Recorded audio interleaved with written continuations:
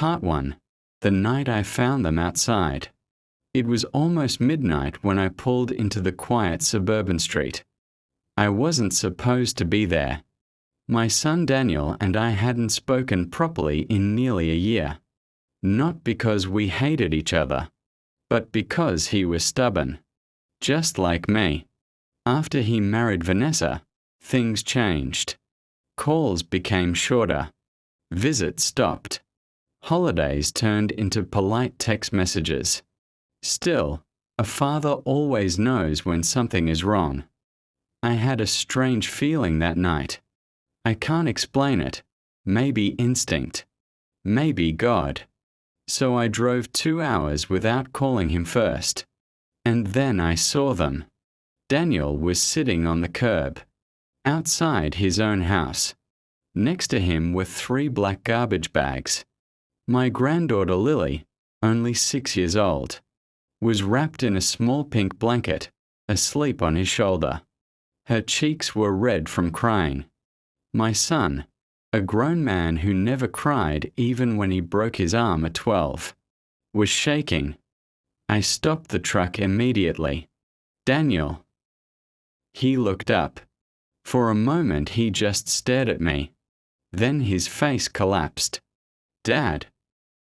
I walked toward him quickly. What happened? He tried to speak, but his voice broke. He wiped his face and pointed at the house. The porch lights were on, but the locks were changed. They kicked us out, he whispered. I froze. Who? He swallowed. Vanessa's parents. I didn't understand. This is your house. Daniel shook his head slowly. No, apparently it isn't anymore. He handed me a folded document. My hands tightened as I opened it. Legal papers. Transfer authorization. Temporary residency termination. Vanessa's father, Richard Hale, had signed as property owner. My chest went cold. Daniel, what did you sign? He looked ashamed. He said it was a refinancing agreement to help with business debt. I trusted him. And Vanessa? Daniel didn't answer immediately. Finally he whispered, she sided with him. At that moment, Lily woke up. She saw me and instantly stretched her arms. Grandpa. I picked her up, holding her tight. She was freezing, and something inside me snapped.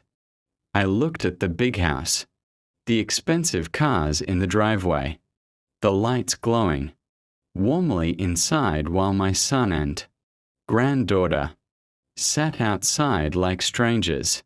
Daniel spoke again quietly. He said our bloodline wasn't worthy of his family name. I took a long breath. Then I smiled. Not an angry smile. A calm one. Good, I said softly. Daniel frowned. Dad, good. I opened my truck door. Get in. He hesitated. We don't have anywhere to go. I looked directly at the house once more. Oh, I said, voice steady. They think they won. I turned back to him. They just made the biggest mistake of their lives. Because Richard Hale had no idea. The house he stole from my son was never truly his to begin with. Ere before Part 2. If this story hooked you, make sure to subscribe. The truth about that house will shock you. In the next part, you'll discover *** why I wasn't surprised, and what I had quietly prepared years ago. Part 2. The name on the deed. Daniel sat silently in the passenger seat while I drove. Lily had fallen asleep in the back, holding my old jacket like it was a teddy bear. Every few minutes, I checked the mirror just to make sure she was still breathing peacefully. My son kept staring out the window. I messed up, Dad, he finally said. I didn't answer right away. Trusting the wrong people isn't messing up, I said calmly. Refusing to learn from it is. He looked at me. You don't understand. Richard planned this. He had lawyers ready. Vanessa knew. She signed the papers too. That part hurt him more than losing the house. I could hear it in his voice. She watched them throw Lily's clothes into trash bags, he whispered. She didn't even stop them. My grip tightened on the steering wheel, but my face stayed calm. Did you read what you signed? I asked. He shook his head slowly. He said it was temporary. Business protection. He told me rich families handle assets this way. I nodded once. Yes, I said quietly. Rich families do. Daniel frowned. Then how did they?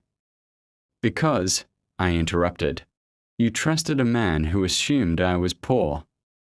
He stared at me, confused. We drove another 10 minutes before. I turned onto a long private road surrounded by trees.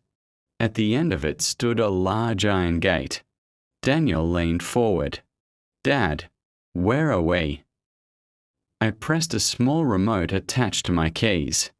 The gates opened. Slowly. His eyes widened. A long driveway appeared, leading to a large stone house sitting beside a lake, softly lit. Peaceful. Nothing flashy but undeniably expensive. The truck rolled forward. Daniel's voice dropped. You work here. I almost laughed. No, I said. I own here.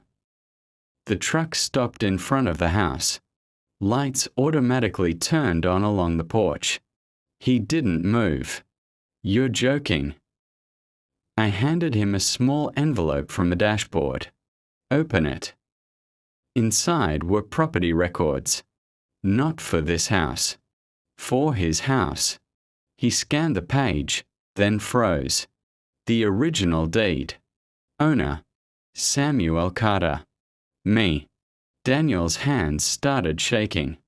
This is our house. Was never Richard's, I said calmly. I bought it 5 years ago. Put it in a trust under your name once you were ready. Until then, I kept ownership quiet. His face turned pale. You bought my house. You were starting your life, I replied. I wanted you to feel you earned it, not lived in your father's shadow. He sank back into the seat, stunned. Then how did he transfer it?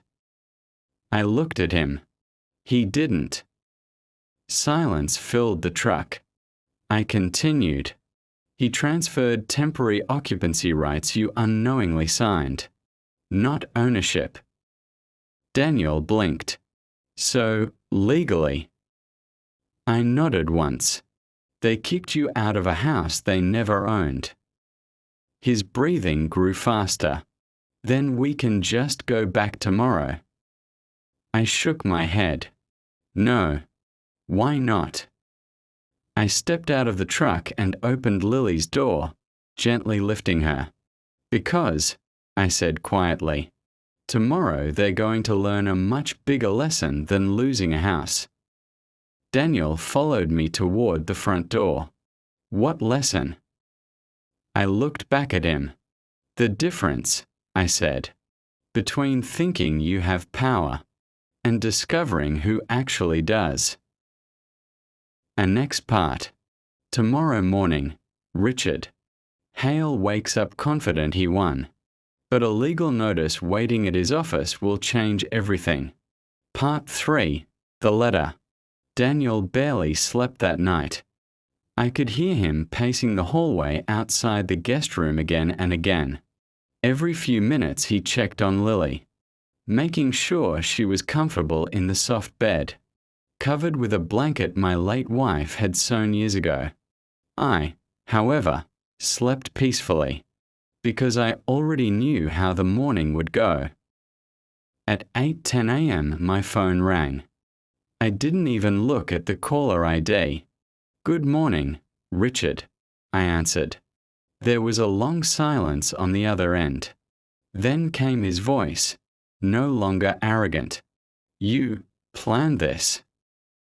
I calmly sipped my coffee while standing on the porch overlooking the lake. "I planned nothing," I said.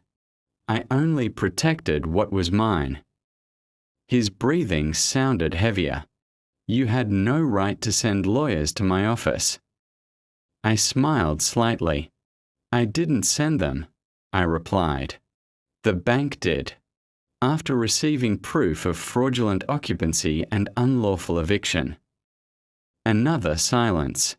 Then, "That house belongs to my daughter." "No," I corrected softly. "Your daughter was allowed to live there. Big difference." Inside, Daniel stepped closer to the door, listening. Richard's voice turned sharp. "You embarrass me in front of my partners." "You threw my granddaughter onto a sidewalk," I answered calmly. "I think embarrassment is a fair exchange." He lost control then. "You think money makes you powerful." I looked at the water. "No," I said. "Respect does. Something you tried to buy." Then I hung up. Daniel stared at me. "That was him." I nodded. "What did you send him?" I handed him a folder from the table. Inside were copies of 3 documents. The original property deed, the trust agreement naming Daniel beneficiary, the eviction lawsuit filed against Richard Hale. Daniel's jaw dropped. "You're suing him." "No," I corrected. "The court is removing him." He read further. His hands began shaking again. "Dad, damages." I nodded. He illegally changed locks, disposed of personal property, and removed a minor child from legal residence. Daniel whispered, "That's a lot of money." I calmly folded the papers. "It's not about money." "Then why?" I finally looked him in the eye. "Because men like Richard don't learn from kindness. They learn from consequences." At that exact moment, my phone buzzed again. A message from Vanessa, Daniel's wife. He grabbed the phone before I could speak. His face drained of color as he read it. "What?" I asked. He handed me the screen. "Vanessa, Dad was arrested this morning. They said it's about fraud and property falsification. I didn't know. Please, or talk to him. Please help us." Daniel looked broken. "She didn't know." I shook my head gently. She knew enough to stay silent. Lily walked out of the hallway rubbing her eyes. "Grandpa, are we going home today?" I knelt beside her. "Yes," I said softly, "but not the same home." Daniel looked confused. "What do you mean?" I stood up. "The house you lived in was only a beginning." I handed him another envelope. Inside was a new deed. Different address. Much larger property. He stared at it. "Dad, what is this?" I smiled faintly. "The house your mother and I bought before she died. I was waiting for the right time." Daniel whispered, "You saved this for me." "No," I said. "I saved it for the man you're about to become." A next part. Vanessa shows up at the house begging forgiveness. But what she reveals about her father changes the entire story. Part 4. The knock at the door. Daniel kept staring at the new deed like it might disappear. "Dad, this place. It's huge. It was your mother's dream home, I said quietly. She never got the chance to live there. Lily tugged his sleeve. Does it have a yard? I smiled. Not a yard. A whole field.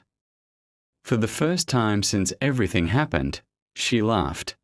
And in that moment, I knew I had made the right decision years ago, hiding what I owned, letting people reveal who they really were. But peace never lasts long, because exactly 20 minutes later, someone started pounding on my front door. Not knocking, pounding. Daniel stiffened. You expecting someone? I already knew. I opened the door. Vanessa stood there, her hair messy, eyes swollen, no makeup, no pride left. She looked nothing like the confident woman who once told my son, "Your father has nothing to offer our family." The moment she saw Daniel, she broke down. I didn't know. I swear I didn't know. Daniel didn't move. Know what? He asked coldly. She stepped inside, shaking. My dad, the house, the locks, the documents. They weren't just eviction papers. I stayed silent. She looked at me, not with arrogance anymore, with fear. He forged ownership transfer records, she whispered. Daniel frowned. What does that mean? Vanessa swallowed. He didn't just kick you out. He was trying to legally take the house. The room went completely quiet. Lily looked between us, confused. Daniel's voice dropped. He was stealing Grandpa's property. Vanessa nodded slowly. The trust confused him. He thought you didn't know the paperwork structure, so he planned to transfer it through a corporate holding he controls. Daniel turned to me slowly. You knew. I nodded once. That's why the bank got involved instead of me. Vanessa whispered. The police found fake signatures, shell accounts, and something else. I finally spoke. What else? Her voice trembled. He's done this before. Daniel froze. Before? Vanessa nodded. My dad's company doesn't buy struggling properties. He forces owners into legal traps, then takes them. The air suddenly felt heavy. So we weren't random, Daniel said. No, she replied quietly. He targeted you because he believed your family was weak. I looked at her carefully. And you? She lowered her head. I thought he was protecting us. Daniel clenched his fists. You stood there while he threw our daughter outside. Tears streamed down her face. I was scared of him. You don't understand what it's like when he loses control. I spoke softly. I understand perfectly. She looked up. No, you don't. Because he's still trying to fix this. Daniel frowned. What do you mean? Her voice dropped to a whisper. He told the police you attacked him. Daniel's eyes widened. What? He filed an assault report last night before his arrest. If it sticks, you could face charges. Lily grabbed Daniel's hand. Daddy. Daniel looked at me, panic replacing anger. Dad, what do we do? I calmly walked to my desk drawer, opened it, and pulled out a small black flash drive. Vanessa stared at it. What is that? I handed it to Daniel. Insurance. For what? I looked at the security camera mounted above the front porch. For men who think they're smarter than consequences. Daniel realized. The cameras. I nodded. Every second of that night. Recorded. Vanessa gasped. You have proof. I smiled faintly. Better than proof. I looked directly at her. I have the truth. And next part. Richard's lawyer tries to silence the evidence, but the courtroom reveals a secret about Vanessa's past that no one expected. Part 5. The courtroom. 3 days later, we were sitting inside a courtroom. Daniel kept tapping his foot. Lily sat beside me coloring quietly, unaware that the next hour would decide our future. Across the room sat Richard Hale. No expensive suit this time, just a plain grey one. But his eyes were the same, cold, calculating, and now desperate. Beside him stood his attorney, a man who looked more confident than his client. Vanessa sat behind us, silent, pale. She hadn't tried to take Lily or speak privately with Daniel since that day. For the first time, she wasn't defending her father. The judge entered. Everyone stood. And the hearing began. Richard's lawyer spoke first. Your Honor, my client acted under the belief he held lawful authority over the residents. Furthermore, Mr. Daniel Carter became aggressive during the confrontation and physically threatened my client. Daniel's fists tightened. I placed a hand on his arm. Patience, I whispered. The lawyer continued. The eviction was lawful, and the plaintiff is attempting to manipulate the situation using family, connections, and financial pressure. Then the judge turned to us. Your response? My attorney stood. We would like to present recorded evidence. The courtroom murmured. Richard's expression changed instantly. The flash drive was handed to the clerk. The video played on the courtroom screen. The porch appeared. Nighttime. Daniel standing quietly holding Lily. Richard yelling. Clear as day. You and your child are not part of this family anymore. Get off my property. Then came the sound of the locks being changed. Then Vanessa, standing beside her father, not stopping him, not helping Lily, not saying a word. The room went silent. But the most important moment came next. Richard stepped toward Daniel and shoved the trash bags at him, shouting, You people were lucky to live here at all. Daniel never touched him, never threatened him, never even raised his voice. The video ended. Richard's lawyer tried to speak, but the judge raised his hand. I've seen enough. He looked directly at Richard. You filed a false assault claim and illegally removed a minor from her legal residence. Richard tried to interrupt. This is a misunderstanding. No, the judge said firmly. This is fraud. Vanessa began crying quietly behind us. The judge continued. Temporary restraining protection is granted to the Carter family. Mr. Hale is prohibited from any contact or property interference. Then he added, criminal charges for falsification and unlawful eviction will proceed. The gavel struck. It was over. Outside the courtroom, Daniel exhaled like he hadn't breathed in weeks. We won. I shook my head gently. No. He looked confused. This wasn't about winning. Lily grabbed his hand happily. Can we go home now? Daniel smiled softly. Yes, sweetheart. But Vanessa stepped forward. Daniel, please. He turned. Her voice trembled. There's something you still don't know. I watched her carefully. What? Daniel asked. She looked at me, then back at him.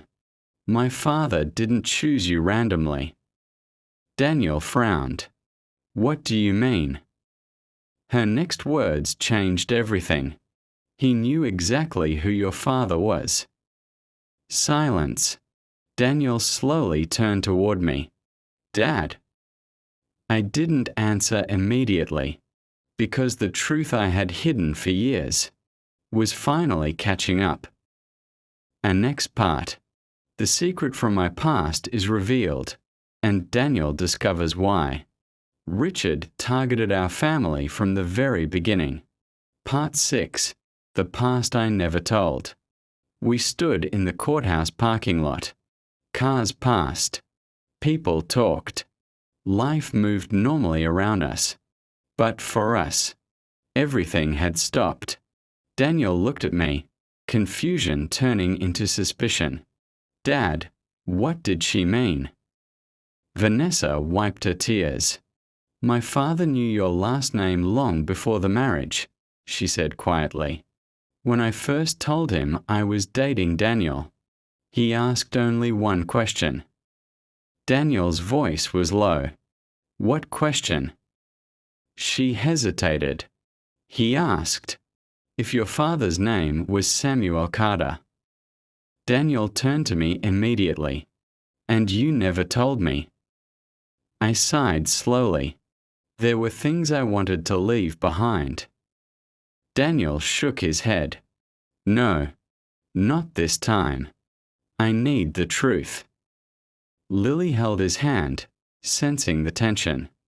I finally spoke. Richard Hale and I met 28 years ago.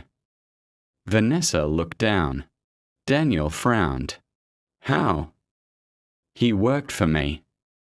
Silence. Daniel blinked. What? I continued calmly. My first company, a real estate development firm. Small at the beginning, but growing fast. Richard was my junior partner. Daniel stared at me like he didn't recognize me anymore. You owned a company. I built one, I corrected. From nothing. Your mother was there from day one. Vanessa whispered. My father said you ruined his life. I nodded once, because I refused to let him ruin others. Daniel frowned. What did he do? I looked at the ground for a moment. He started forging contracts, manipulating elderly property owners into signing transfers they didn't understand, taking homes. Daniel froze. The same thing he tried with me. Yes. I discovered it and reported him to the board. He lost everything. His license, his position, his reputation. Vanessa shook her head slowly. He always said you stole his success. No, I said quietly. I stopped his crimes. Daniel's breathing changed. So he used me to get revenge on you. I nodded. He recognized your last name but wasn't sure. When he saw me at your wedding, he knew. Daniel whispered. That's why he hated you immediately. Yes. Vanessa spoke softly. He told me marrying Daniel would connect our families and give him control someday. Daniel stepped back. So our marriage. Her tears fell again. At first, I didn't know, but later I understood he was manipulating things. I was afraid to tell you. Daniel's voice cracked. You let him use us. She couldn't answer. Lily looked confused between the adults. Mommy. Vanessa covered her mouth. I placed a hand on Daniel's shoulder. Revenge blinded him. But you are not responsible for his choices. Daniel looked at me, Hurt but clearer now. All these years, you lived simply, worked small jobs. Why hide everything? I looked toward the sky, because wealth changes how people love you. I paused. I wanted my son to love me as a father, not a bank account. He lowered his head. I would have. I know, I said softly, but I needed to be sure. Vanessa whispered. He still has people helping him. Daniel looked up. What? She nodded nervously. My father moved money before the arrest. Large amounts. He said if things went wrong, you would lose everything. Daniel turned to me. Dad, can he actually hurt us? For the first time, I didn't answer immediately, because I knew something Richard didn't, and something far more dangerous was already in motion. I finally spoke. He already tried. Daniel froze. What do you mean? I took out my phone and showed them an email. From my bank. Attempted corporate account breach detected. Assets temporarily frozen. Vanessa gasped. He's still fighting. I nodded slowly. Yes. Then I looked directly at my son. And now, I have to end it completely. And next part. Richard makes one final move from jail. But he doesn't realize. The person about to testify against him is someone he never expected. Part 7. The Witness. Daniel read the email twice. Assets. Frozen. Dad, does that mean he actually got into your accounts? Not completely, I said calmly. But he tried. And he didn't do it alone. Vanessa looked nervous. He always had people in finance, accountants, brokers, loyal to him. I nodded.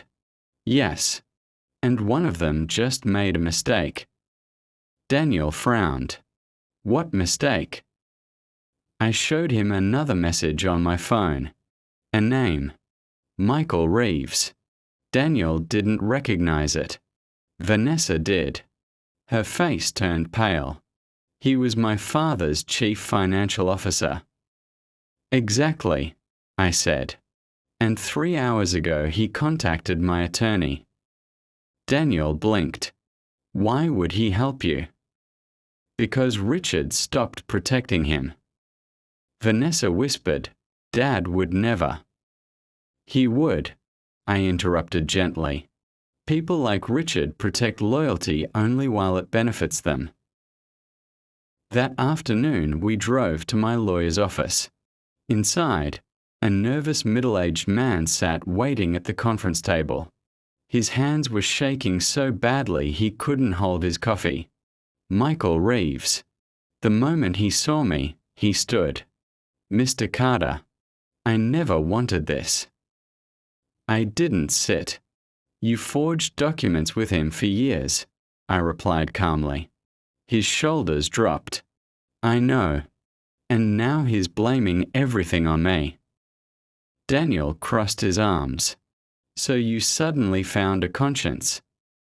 Michael looked at Lily sitting beside me, quietly coloring. No, he said honestly. I found fear. He slid a thick folder across the table. Bank transfers. Shell companies. Fake holding corporations. Vanessa covered her mouth. Oh my God. Michael spoke quietly. Richard moved money through 12 fake property purchases. The plan wasn't just your house. He wanted access to the trust funds attached to the Carter estate. Daniel looked at me. He was trying to steal everything. Yes, I said. Michael nodded quickly. And when the police came, he ordered me to erase records. When I refused, he told me I'd go to prison alone. So now you testify, my lawyer said. Michael swallowed. I will. Daniel frowned. Why should we trust you? Michael hesitated, then said something unexpected. Because I have a daughter too. He looked at Lily. And when I saw your granddaughter sitting outside on the security footage, I realized what kind of man I'd been helping. The room went silent. I finally pulled out a document and placed it in front of him. Sign your sworn statement, I said. He signed immediately. And in that moment, Richard Hale lost the last protection he had. As we left the office, Daniel exhaled. So it's over now. I shook my head slowly. No. Vanessa looked confused. But he has no defense left. I stared at the street. Richard never relied on courts. He relies on control. My phone rang again. Unknown number. I answered. A low voice spoke. You should have left the past buried, Samuel. Daniel's eyes widened. I recognized the voice instantly. Richard. How did you? You're in jail, I said. He laughed softly. Bars don't stop influence. Daniel stepped closer. What do you want? Richard's voice turned cold. Tell your son to drop everything, or the next thing he loses won't be a house. The line went dead. Vanessa trembled. He wouldn't. But Daniel looked at me. Dad, what did he mean? I stared ahead, already understanding, because Richard Hale had finally realized. He couldn't win legally, so he was about to play his most dangerous move. And next part. That night, Lily disappears, and we realize Richard's revenge didn't stop at money. Part 8. The empty room. That night I couldn't sleep. Richard's words kept repeating in my head. The next thing he loses won't be a house. I had dealt with men like him before. When they ran out of legal options, they turned to fear. Still, I never expected how quickly it would happen. Around 2:17 a.m. I heard a sound. Not loud, just a soft creak from upstairs. At first I thought it was the wind from the lake. The house was old and sometimes made noises at night. But then, footsteps. Very light. I stood up immediately.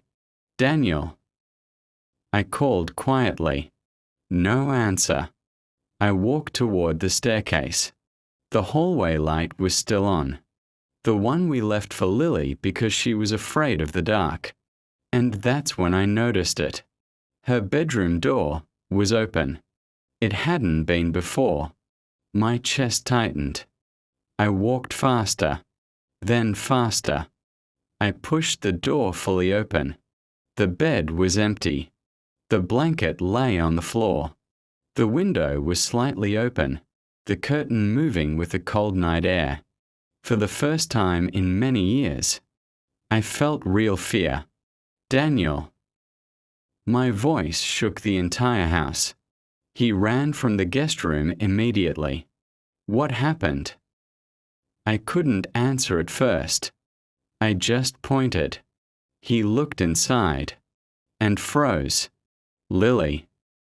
He rushed to the bed, checking the bathroom, the closet, everywhere. Lily. Vanessa came running upstairs. What's wrong? She saw the room. Her scream filled the hallway. No, no, no, no. Daniel grabbed his hair, pacing. She couldn't just walk out. She's 6. I moved toward the window and looked outside. In the dirt below, tire marks. Fresh. Very fresh. My hands slowly closed into fists. Vanessa's voice trembled. Richard, Daniel looked at me. You think he? I didn't hesitate. Yes. Vanessa began crying uncontrollably. He warned us. Oh God, he warned us. Daniel grabbed his phone with shaking hands. I'm calling the police. I stopped him. Wait. He looked at me in disbelief. Wait.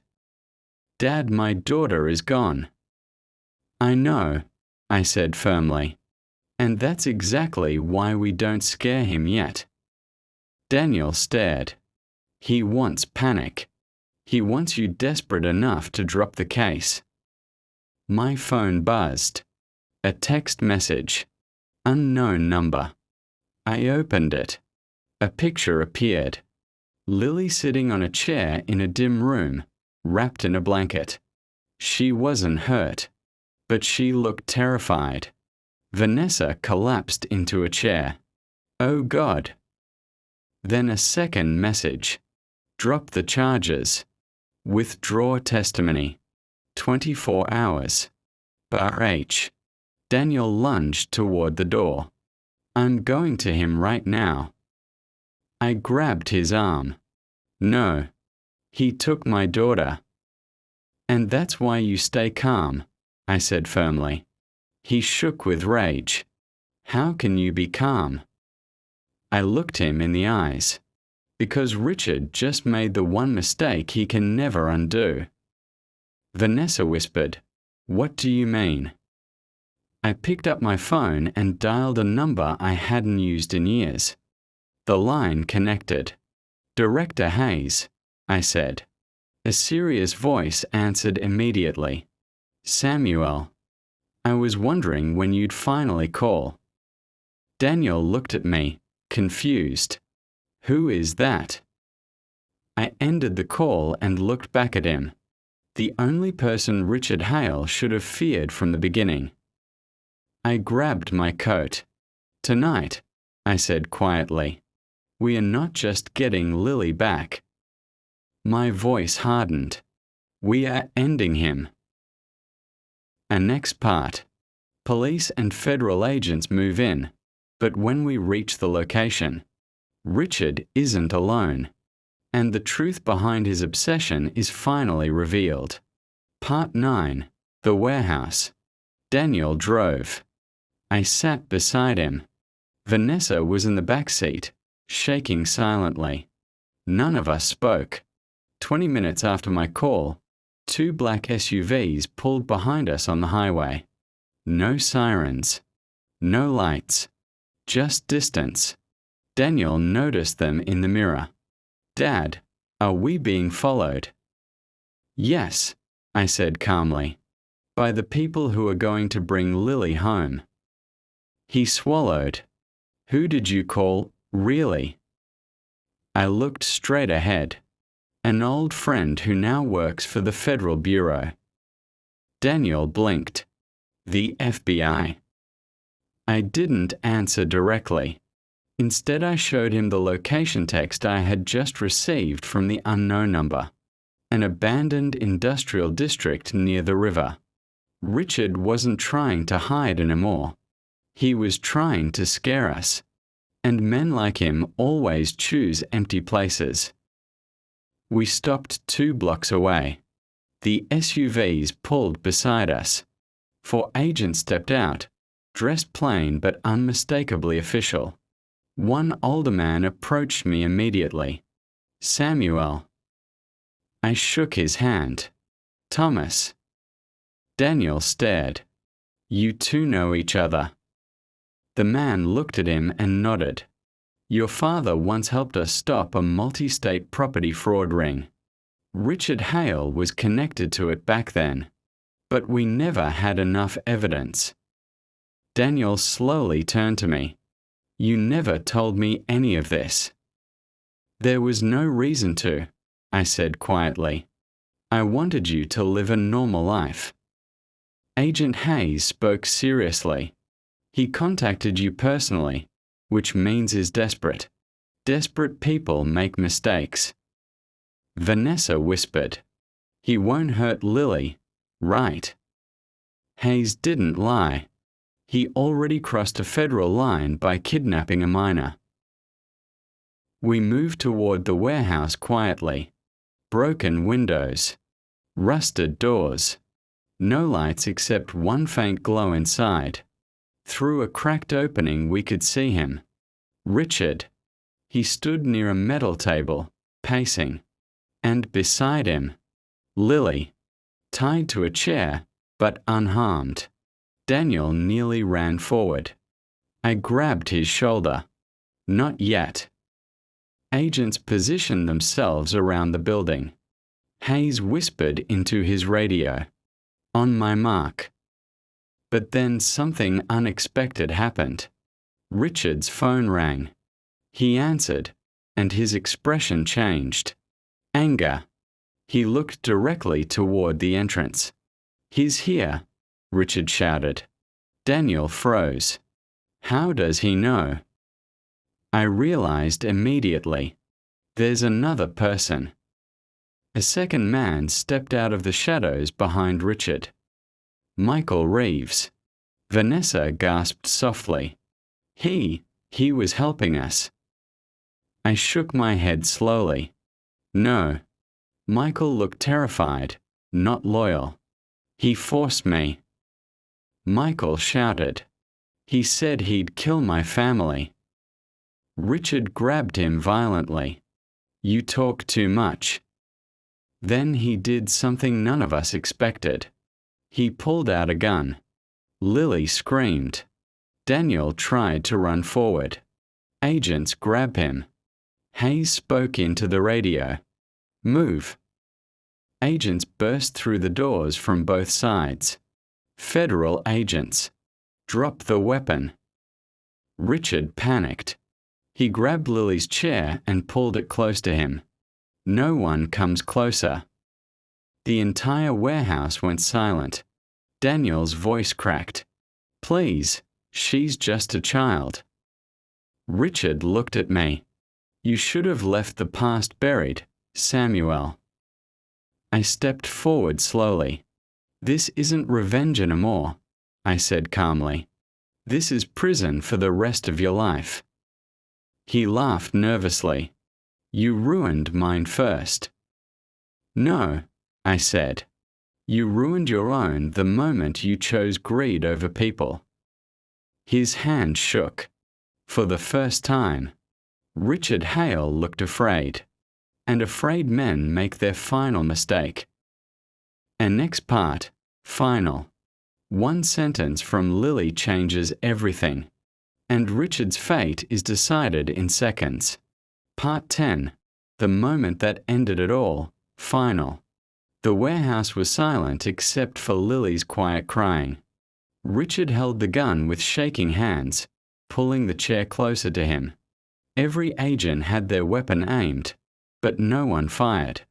One wrong move, and a 6-year-old child could get hurt. Daniel couldn't hold himself anymore.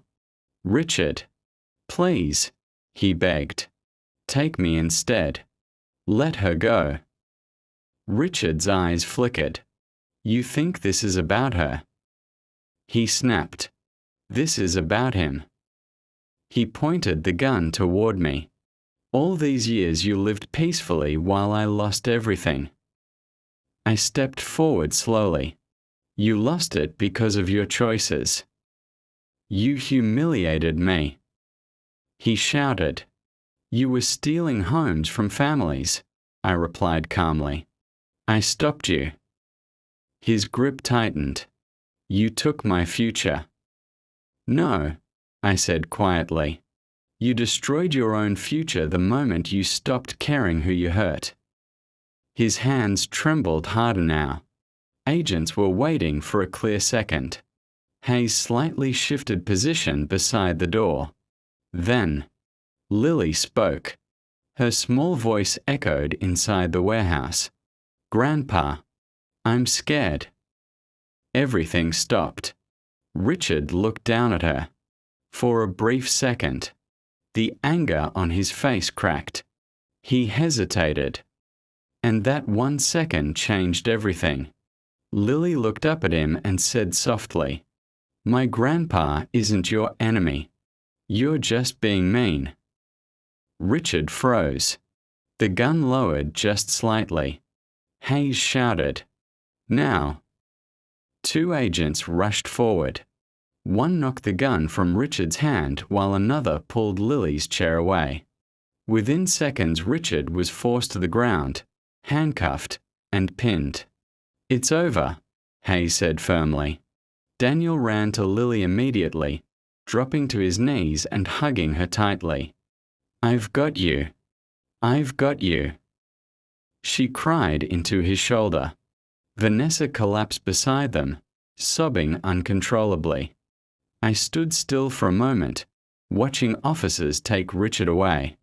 He didn't fight anymore. As they passed me, he looked up. For the first time. No anger. Just defeat. "You won," he said weakly. I shook my head. "No. Justice did." Weeks later, the trial ended quickly. Michael Reeves testified. The video evidence was undeniable. Financial crimes, fraud, kidnapping, everything came out. Richard Hale was sentenced to decades in federal prison. This time, there was no escaping consequences. Life slowly returned to normal. Daniel and Lily moved into the lakeside house. Lily ran across the yard every morning like nothing had ever happened. One evening she sat beside me on the porch. "Grandpa." "Yes." "Are bad people always punished?" I smiled softly. "Not always right away." She leaned against me. "But eventually." I looked at Daniel laughing with her in the yard. "Yes," I said quietly. "Eventually truth always catches up." Daniel walked over and sat beside me. "I understand now why you hid everything," he said. I nodded. "I never wanted money to be what defined our family." He smiled slightly. "It doesn't." He paused, then added, "It's you." Lily hugged both of us. And for the first time in years, the past was finally over. The end.